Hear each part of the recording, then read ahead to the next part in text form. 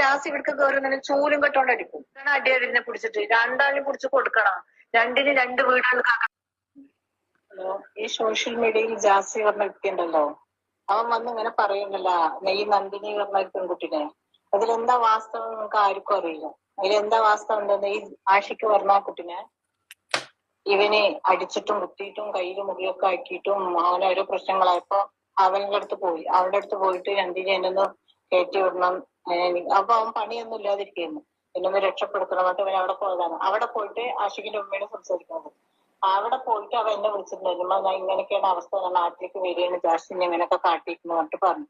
അപ്പൊ ആ പെൺകുട്ടിനെ വിളിച്ചിട്ട് ചുമ്മാ അങ്ങനെയാണ്, എന്താണ് അവനെങ്ങനെ ആക്കുന്നത്, രക്ഷപ്പെടുത്തുന്നത്. അപ്പൊ ഞാനാണ് പറഞ്ഞത് ആ കുട്ടിയോട്, മോളെ അവൻ്റെ അടുത്ത് പൈസ ഒന്നുമില്ല, വിസ ഇല്ല, പാസ്പോർട്ട് അവൻ പിടിച്ചു വെച്ചിട്ടുണ്ട്, നീ എങ്ങനെയെങ്കിലും അവളൊന്ന് രക്ഷപ്പെടുത്തുകൊണ്ട് ഞാനാണ് ആ കുട്ടിയോട് പറഞ്ഞത്.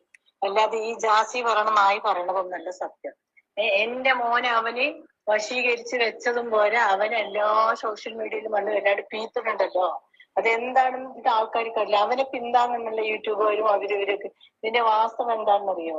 എന്റെ മോൻ അതിൽ പെട്ട് കിടക്കന്നെ. നന്ദിനി പറയണ പെൺകുട്ടി ഇതിന് ഒരു ഇതുമില്ല. അവള് ഇവനെ സ്നേഹിക്കണില്ല, വശീകരിക്കണില്ല, ഒന്നുമില്ല. ഇവൻ പറഞ്ഞു നടക്കണ നന്ദിനി ഇവനിക്ക് മരുന്ന് കൊടുത്തിക്കണ അങ്ങനെ എങ്ങനെ. ഈ ജാസി പറയണത് ഒരു സത്യമില്ല.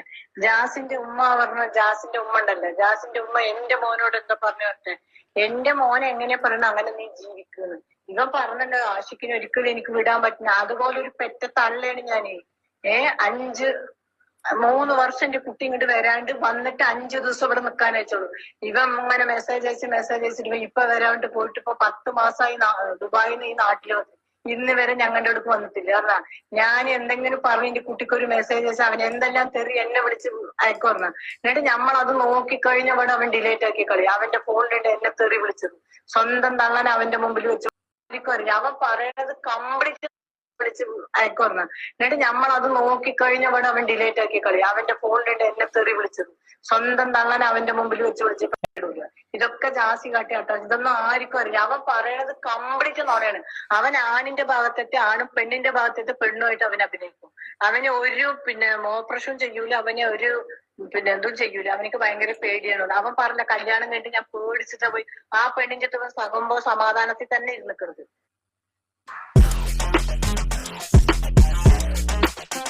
ഇവൻ പറയണത് ഒന്നും നോണല്ല. ഇവൻ കംപ്ലീറ്റ് പറയണ നോണയാണ്. ഇവൻ എന്താ സത്യം പറയണത്? ഇവനിക്ക് പറയണത് ഇവന്റെ ഉമ്മ അവനിക്ക് നല്ല സപ്പോർട്ട് ഉണ്ട്. ഇന്റെ മോനെ അവിടെ കയറ്റൂല. അവനെ ഒഴിവാക്കിയിട്ട് വന്ന് ഞങ്ങൾ കയറ്റാൻ തയ്യാറാണ്. ഇവന്റെ കൂടെ ഇരിക്കണേ ഞങ്ങൾ കയറ്റൂല.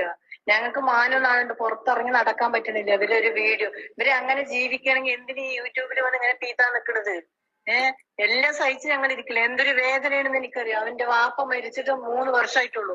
വാപ്പ മരിച്ചിട്ട് ഒരു 7 ദിവസം ഇവിടെ നിൽക്കാൻ അവൻ അയച്ചില്ല. അവൻ പോയി ഇവിടുന്ന്. ഇതൊന്നും ആയിരിക്കും ഈ നന്ദിനി പറയുന്ന പെൺകുട്ടി ഇവരെ നല്ല സഹായിച്ചിട്ടുള്ളൂ, അല്ലാണ്ട് ഒന്നുമില്ല. ഇവൻ പറയണ കംപ്ലീറ്റ് നോണയാണ്. അവര് ഇന്റർവ്യൂവിൽ വന്ന് പറഞ്ഞ തൊള തുറക്കാൻ വിടുന്നുണ്ട് ആഷിക്കിനെ. അപ്പൊ അവനും കൂടെ നിന്ന് പറയുന്നുണ്ട് നല്ലപോലെ വർത്താനം. ഇവനല്ലേ പറയണ ചിലക്കട് നടന്നിട്ട്. ആ ചിലക്കട് കേൾക്കാൻ ആൾക്കാരുണ്ടല്ലോ. ഇതൊക്കെ നല്ല വേദന ഉണ്ട് ഇവിടെ. ഞങ്ങൾക്ക് ഈ യൂട്യൂബും അതും ഒന്നും ഞങ്ങൾക്ക് അറിയില്ല. ഈ നന്ദിനി പറയണ കുട്ടി പാവോട്. ആ കുട്ടി ഇതിനെ സഹായിച്ചിട്ടുണ്ട്. എന്തിനാണ് ആ കുട്ടിനെ ഓരോന്നും പറയുന്നത്? ഇവൻ ചെയ്ത തെണ്ടിത്തരങ്ങളും പോലെ ആ കുട്ടിനെ എന്തിനാ പറയുന്നത്? അവൾക്ക് ജീവിക്കണം. ഒരു പെൺകുട്ടിയല്ലത്. ഇവനിക്ക് അവളെ ദേഷ്യമുണ്ട് പറയുന്നത്. ഇവൻ എല്ലാ തെണ്ടിത്തരം ചെയ്തിട്ട് പിന്നെ ലാസ്റ്റ് ഇവൻ പറഞ്ഞു എനിക്ക് വേണ്ട അങ്ങനത്തെ ഒരു ഇത് എന്നൊക്കെ പറഞ്ഞിട്ട് പിന്നെ ഇവൻ ഒന്നാകണ്ടല്ലോ അവൻ്റെ അടുത്ത്. എന്നിട്ട് അവളുടെ അടുത്ത് പോയി നമുക്ക് സോൾവ് ആക്കാൻ ഇവൻ പോയതല്ലേ. ഇവൻ തന്നെ പോയത്, എന്നിട്ട് അവളല്ല വന്നത്. ഇവനെ പോയി സോൾവ് ആക്കിയത്. എന്നിട്ട് അവൻ നല്ല ആളാകണ് അങ്ങനെ പറയും. ഉസ്താദിന്റെ അടുത്ത് പോയി പറ. അത് ശരി തന്നെയാണ്. ഉസ്താദിന്റെ അടുത്ത് പോയിട്ടുണ്ട്. അവന് ഇവിടെ വന്ന് പറഞ്ഞിട്ട് അവൻ മെസ്സേജ് അയച്ചിരിക്കുന്നത് എന്റെ ഉമ്മ എന്ത് തന്നാലും നീ കുടിക്കരുത്, അതിൽ മരുന്ന് ഇട്ടിട്ടുണ്ടാവും, ഒന്നും കഴിക്കരുത്, ബീഫ് കഴിക്കൂല. 45,000 റുപ്യ കൊണ്ട് കൊച്ചിയിൽ ഇവര് വന്നിട്ട് ഒരു പൂജ നടത്തി. അത് കാരണം ബീഫ് കഴിക്കാൻ പാടില്ല. ബീഫ് കഴിക്കാൻ പാടില്ല. അവര് കഴിക്കണ്ട പറഞ്ഞതിന്.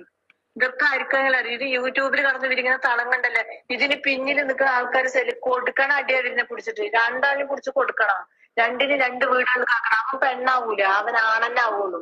അവനെ ആൾക്കാരുടെ മുമ്പിൽ ഈ പെൺവേഷം കെട്ടി നടക്കുള്ളൂ. എനിക്ക് ഭയങ്കര പേടിയാണ്. അവൻ എങ്ങനെ ഇവിടുന്ന് പോയമ്മക്ക് ഞങ്ങൾക്ക് അറിയും. ഇതിന്റെ വാസ്തവം എന്താണെന്ന് ഞങ്ങൾക്ക് അറിയും. പിന്നെ ഒരു കാര്യമുണ്ട്, ഇവന്റെ അടുത്ത് വന്ന ആഷിക്കിന് അവന് നല്ല വഷളാക്കി വിടും.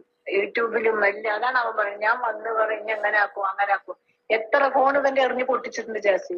എത്ര ഫോൺ എറിഞ്ഞു പൊട്ടിട്ടുണ്ട്. കുറെ എന്റെ കുട്ടി ഫോണില്ലാണ്ടിരുന്നു. ഇന്ന് ഞങ്ങൾ ആഷിക്കിന് മെസ്സേജ് അയക്കാൻ പറഞ്ഞ ആ നമ്പർ ജാസിന്റെ കയ്യിലാണ്. അവനാ നോക്കല്. മെസ്സേജ് അയച്ചാല്. ഇവൻ എന്നെ നോക്കുക, സെപ്റ്റംബറിൽ വന്നതാണ്. സെപ്റ്റംബർ, ഒക്ടോബർ, നവംബർ, ഡിസംബർ, ജനുവരി, ഫെബ്രുവരി, മാർച്ച്, ഏപ്രിൽ, മെയ്, ജൂൺ 10 ഞങ്ങളുടെ വീട്ടിലേക്കില്ല. വേണ്ട. 2 വർഷം എന്റെ 10 ഞങ്ങൾക്ക് ചെലവ്. ഇവന്റെ ചെലവിനെ കഴിയണ ഓരോ യൂട്യൂബർമാര് പറയണ്ടേ, ഇവൻ സമ്പാദിച്ച പൈസ എവിടെ? കംപ്ലീറ്റ് ജാസിന്റെ കയ്യിലാണ്. ജാസിന്റെ ഉമ്മാനെ വിളിച്ചിട്ട് ഞാൻ ഒരിക്കൽ സംസാരിച്ച വസ്തു എന്താ എന്നോട് പറഞ്ഞോട്ടെ, നിങ്ങൾക്ക് 3 അപ്പൊ ഞാൻ ചോദിച്ചു, എനിക്ക് 3 ഒന്ന് നിങ്ങൾക്ക് തരാൻ പറ്റുമോ ചോദിച്ചു. എനിക്ക് ഒന്നുള്ളൂ പറയും. എന്തിനു സപ്പോർട്ട് ചെയ്യണ്? മോൻ വരുമ്പത്തിന് ഇറച്ചിയും 10 ബിരിയാണി ഉണ്ടാക്കി കൊടുത്തിട്ട് എന്തിനു ഇവനെ അവനെ സ്വീകരിക്കണം? ആട്ടിവിടണം. അതേസമയം ജാസ് ഇവിടേക്ക് കയറുന്നതിന് ചൂലും കെട്ടോണ്ടടിക്കും. ഞാൻ കേറ്റൂല. ഇവരുടെ അമ്മ എന്തിനു കേറ്റണത്? അതന്നെ ഞാൻ പറയണത്. ഈ നല്ല സപ്പോർട്ടാണ്. ഈ മക്ക് കാര്യം ഉണ്ടാവും. ഞങ്ങൾ അന്ന് വിളിച്ചപ്പോ പറയണത് എന്തെല്ലാം പറയുന്ന അവര്. ഈ ചെക്കൻ്റെ അടുത്തൊന്നും വായി കൊടുക്കാൻ പറ്റും. ചെക്കനിക്ക് എന്ത് വായാണ് അറിഞ്ഞ? പെണ്ണല്ല ആദ്യ ആരെയാണ് കുടുംബത്തോടെ അനാവശ്യം പറയും. ഇനി എന്തെല്ലാം തെറി വിളിച്ചിട്ടുണ്ടെന്നാ, എന്തെല്ലാം അനാവശ്യം പിന്നെ വിളിച്ചിട്ടുണ്ടെന്നല്ല. ആ മെസ്സേജ് അവൻ അപ്പ ഡിലേറ്റ് ആക്കും. എന്റെ മോന്റെ മുമ്പിൽ വിളിച്ചാൽ എന്റെ മോൻ കേട്ടിട്ടേക്ക്. എന്നോട് പറയാൻ എന്റെ മോനിക്കൊന്നും അവിടെ പറയാൻ പാടില്ല. അതേസമയം ആഷിക്ക് അവനെ വിട്ടിട്ട് വന്നാലും കൂടി ഇവൻ സ്വൈരം കൊടുക്കുമെന്ന് നിങ്ങളൊക്കെ വിചാരിക്കണ്ട. അങ്ങനെ ആഷിക്ക് അവിടെ അടിമായിട്ടിരിക്കുകയാണ്. ഞങ്ങള് മൊയിലേരത്തും കൊല്ലാക്കാത്തുമല്ല, പടച്ച റബ്ബിനോടെ ഞാൻ പ്രാർത്ഥിക്കണം. എന്റെ പ്രാർത്ഥന എന്തായാലും കേൾക്കാതിരിക്കൂല പടച്ച. എന്നെങ്കിലും ഒരു കാലത്ത് ഇതിനൊരു അവസാനം ഉണ്ടാവും. എന്നും ഇവര് 16 പോലെ ഇരിക്കൊന്നുമില്ല. എത്ര വേദന ഉണ്ട് എനിക്ക്. ഒരു നേരം ഞാൻ നിസ്കാരപ്പായി ഇത് കരയാത്ത ദിവസമല്ല. എന്റെ വേദന എവിടെ കൂടെ എവിടെയും പോലും. ആ നന്ദിനി പറഞ്ഞ കുട്ടിനെ വെറുതെ വിടണം മതി. ഇവൻ എന്തിനാണ് അത് കേട്ടിട്ട് ആ പെൺകുട്ടിനെ ഓരോരുത്തരാണെന്ന് പറയുക. അത് സഹായിച്ചിട്ടുള്ളത് എനിക്കറിയും. ഒരിക്കൽ അവിടെ പോയിരുന്നിട്ട് അവിടുന്ന് വിളിച്ച് നന്ദിനി എന്നോട് പറഞ്ഞു, ഉമ്മ അങ്ങനെയൊക്കെയാണ് പ്രശ്നങ്ങൾ പറഞ്ഞപ്പോ ഞാനാണ് പറഞ്ഞു, മോളെ ഒന്ന് സഹായിക്ക്. ഞാൻ കരഞ്ഞിട്ടാണ് അത് 2 മണി സമയത്ത് ഉറക്കത്തുനിന്ന് നീച്ചതാ ഞാൻ പറഞ്ഞത്. അല്ലാണ്ട് ഞാൻ നുണ പറയില്ല. എനിക്ക് നുണ പറയേണ്ട ആവശ്യം. എന്റെ വേദനയെ കൊണ്ട് ഞാൻ പറയണ, ആ കുട്ടിന്റെ സങ്കടം കൊണ്ട് ഞാൻ പറയാണ്. ഇതിനൊരു പരിഹാരം കാണുന്നെ വേണം. എന്താ അവര് വീട് ചെയ്യരുത്.